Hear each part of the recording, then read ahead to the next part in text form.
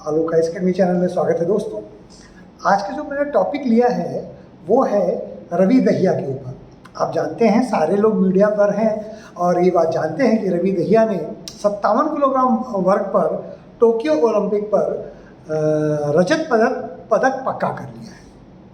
बात हम रवि दहिया के उस विजय की नहीं कर रहे हैं, बात हम कर रहे हैं रवि दहिया के विजय के लिए किए गए उस संघर्ष की।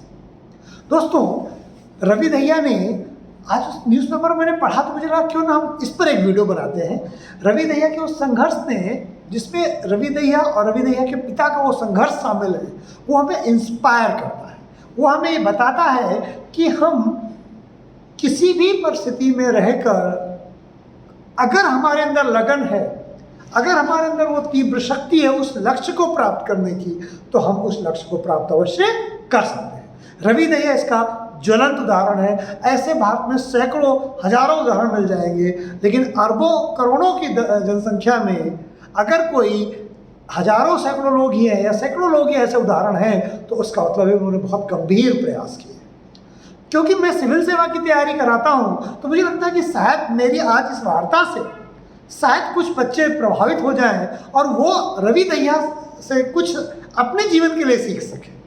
दोस्तों, रवि दहिया के पिता अत्यधिक गरीब परिवार से, इतने गरीब कि मतलब मैंने इमेजिन नहीं किया था कि कितने गरीब, जिसके पिता किसान हो और उसके पास जमीन ना हो, यानी कृषि है, यानी वो अपना जीवन बटाईदारी में, बटाई वाली जमीन, यानी ऑनर कोई और है उसमें वो कृषि करते हैं और उसके बाद आधी जमीन जो उपज होती है उसका आधा हिस्सा वो लेते हैं।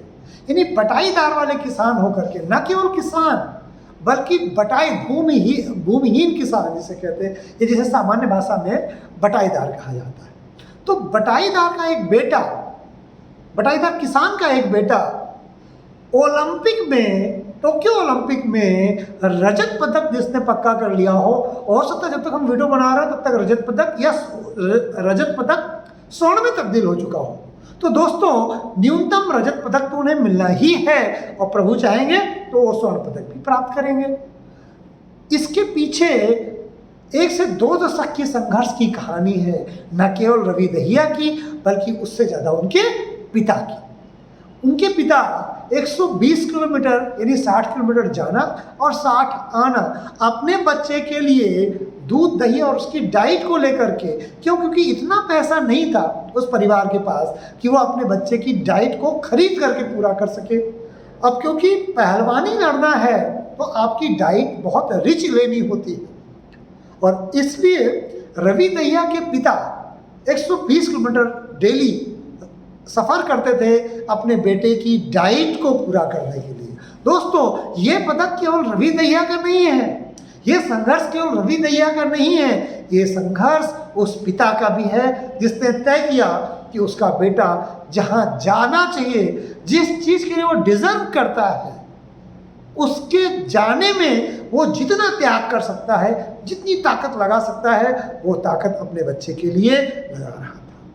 तो रवि दहिया का पदक पूरे भारत के लिए है और रवि दहिया की संघर्ष की कहानी सारे भारतीयों के संघर्ष की कहानी बन सकती है। इस देश में एक रवि दहिया क्यों हो? रवि दहिया अपने लक्ष्य को प्राप्त करने की उस जुनून का आज नाम है। दोस्तों, जो सिविल सेवा की तैयारी कर रहे हैं या करना चाहते हैं, वो रवि दहिया से क्या प्रेरणा ले सकते हैं, ये वीडियो बनाने का मेरा मेजर उद्देश्य है।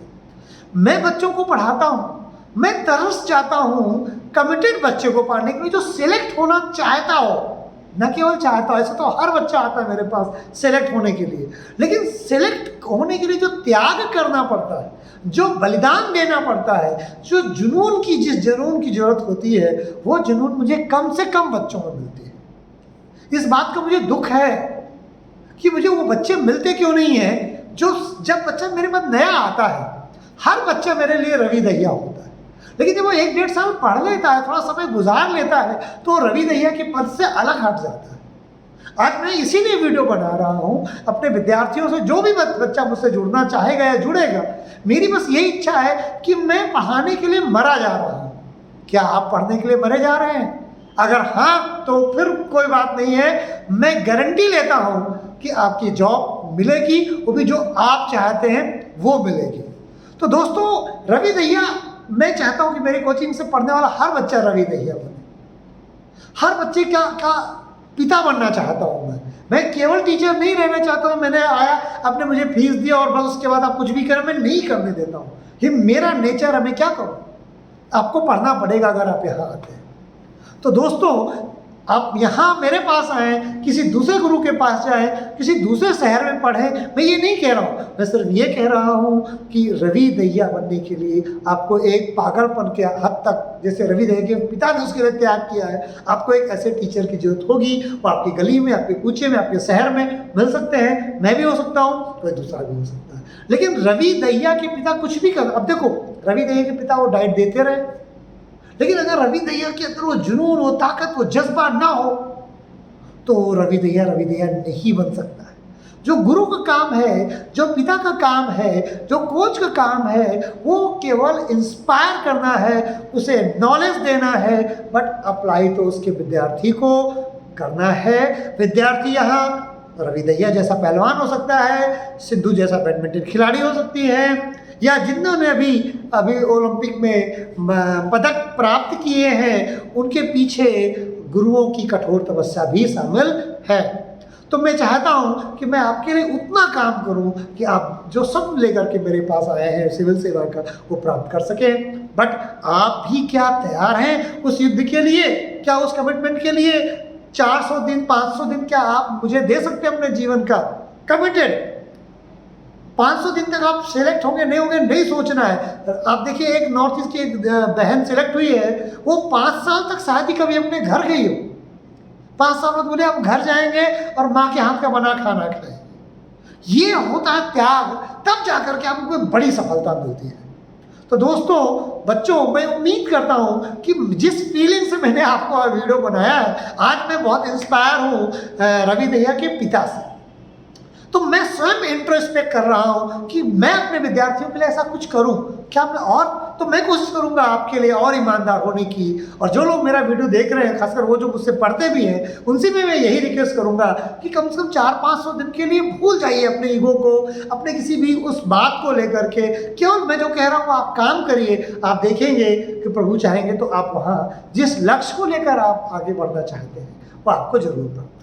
और उसके साथ में जो YouTube वीडियो ही देखते हैं मुझे, उनसे भी मैं यही कह रहा हूँ कि कोई भी एक लक्ष्य बनाइए और पूरी शक्ति लगा दीजिए 2-3 साल 4 साल के लिए। जब तक आपको लक्ष्य ना मिल जाए तब तक अपने आप को डाइवर्ट मत करिए। इससे क्या होगा, जितनी ताकत आप लगा देंगे अपने लक्ष्य के लिए, फोकस्ड होकर के, प्रॉपर्ली गाइडेड होकर के, पढ़ने अकेले से काम नहीं चलेगा। क्वालिटी फुल पढ़ाई जरूरी, आवर्स अकेले से काम, उन आवर्स में कितनी क्वालिटी फुल स्टडी की है, ये बहुत मायने रखता है। आज मैं अपना ब्लूटूथ नहीं ला पाया था, मैं मिस कर गया था। हो सकता है मेरी आवाज़ उतनी क्लियर आपको ना आ रही हो, तो उस आवाज़ वाली बात को आप एडजस्ट कर लीजिएगा और जो मेरी फीलिंग है उनको आप समझने का प्रयास करिएगा। दोस्तों, आज मैं अपना वीडियो यहीं समाप्त करता हूँ। नमस्कार, जय हिंद, जय भारत।